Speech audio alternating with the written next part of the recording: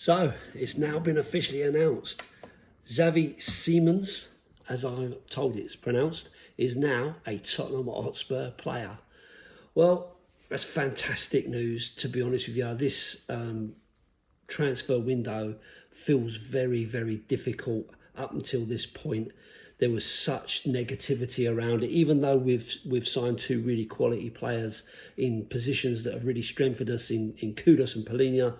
There was always that worry about the attacking midfield role with both Kulu and Maddison out, you know, going for Gibbs White and that debacle. Then on to Eze and how that kind of went, getting hijacked by Arsenal at the last minute really, really hurt.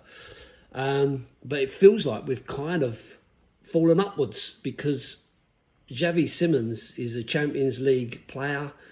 He's only 22 years of age, Dutch international, really highly rated.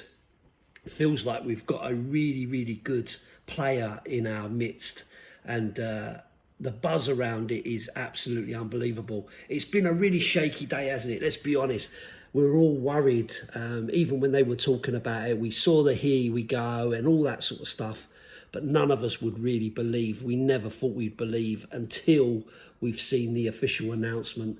The Tottenham media people hinting at it with this little silhouetted picture on Twitter or X, and same on Instagram and all the rest of it. And then all of a sudden the official stuff has started to come through on the website and on the app, where we can see the release video, which looks really, really cool. Tottenham called and I answered. What a great line that is, and falls in line with his celebration. But for me, really, really happy, because I think it puts to bed some of the concerns around whether the board were really trying to support Frank in this window. I think we knew we needed a right winger, we got one. We knew we needed a 6, we got one. We know we need a 10, we got one.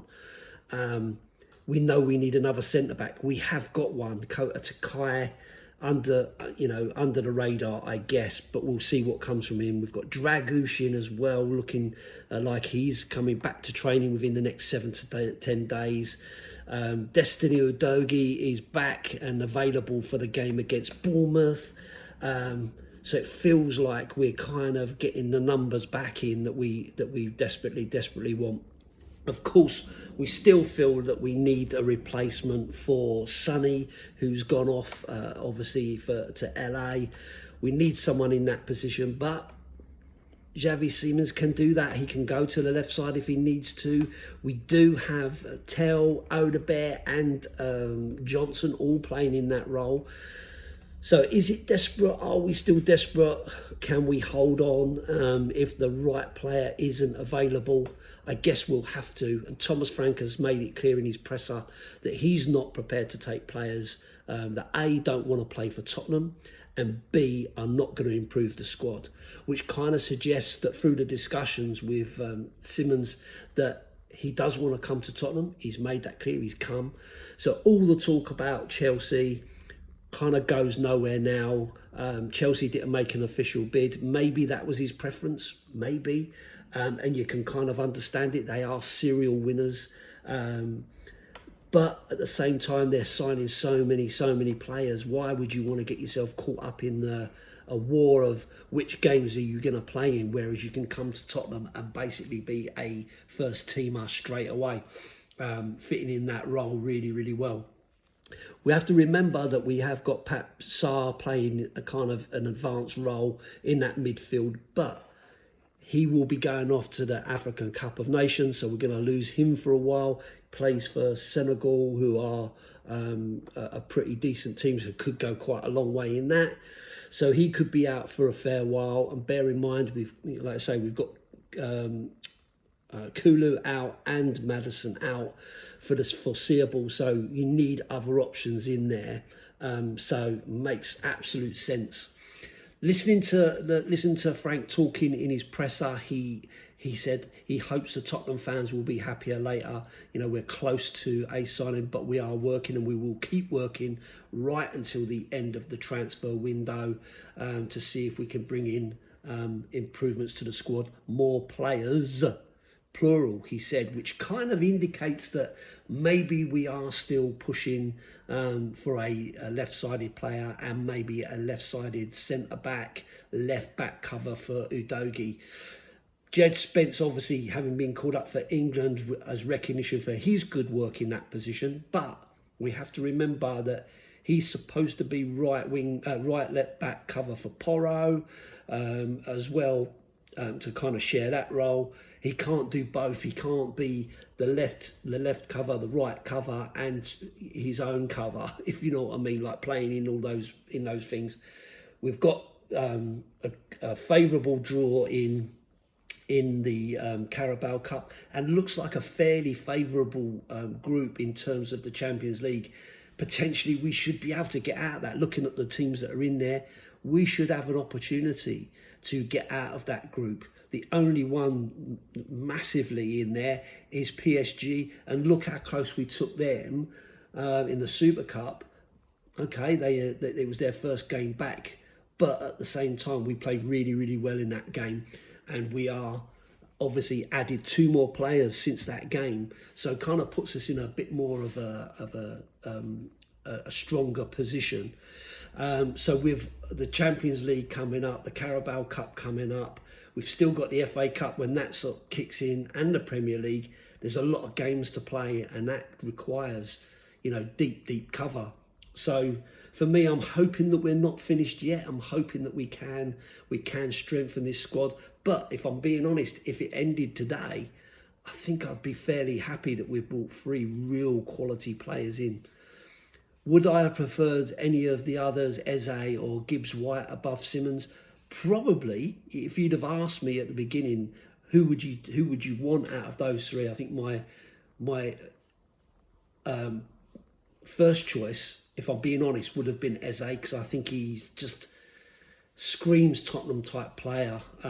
I didn't realise his massive connection to Arsenal, if I'm being honest. I didn't know that, but now knowing that, I can understand why he chose that option.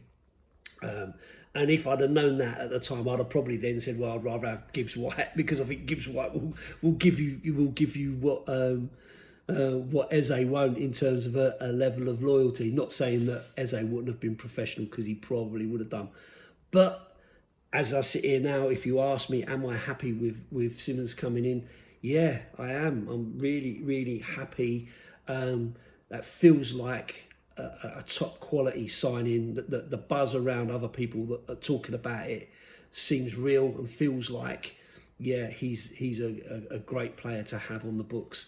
So let's see how it pans out. Obviously too early for Bournemouth, but I'm sure he'll be at the game and presented to the fans, which would be fantastic. So we see where we go from here. There's still 3 days to go, so fingers crossed. And we know there's a lot of work done in that last day or so it'll be interesting. The other thing I just to kind of finish off on is out of Frank's press conference, we was asked about Yves Bissouma, who he counted in as a midfielder when he was talking about his 6 people that he was happy with, and he basically said he's not available for Saturday, but not confirming whether he's injured or something else is going on. But kind of implied that he's a Tottenham player currently, but it kind of felt very much like something is maybe going on in the background there. His move to Galatasaray has not materialised, but potentially maybe West Ham, maybe another destination linking back up with old Graham Potter. So be interesting. We do have to shift some players out, I think, and I know that Vuskovic has gone to Hamburg.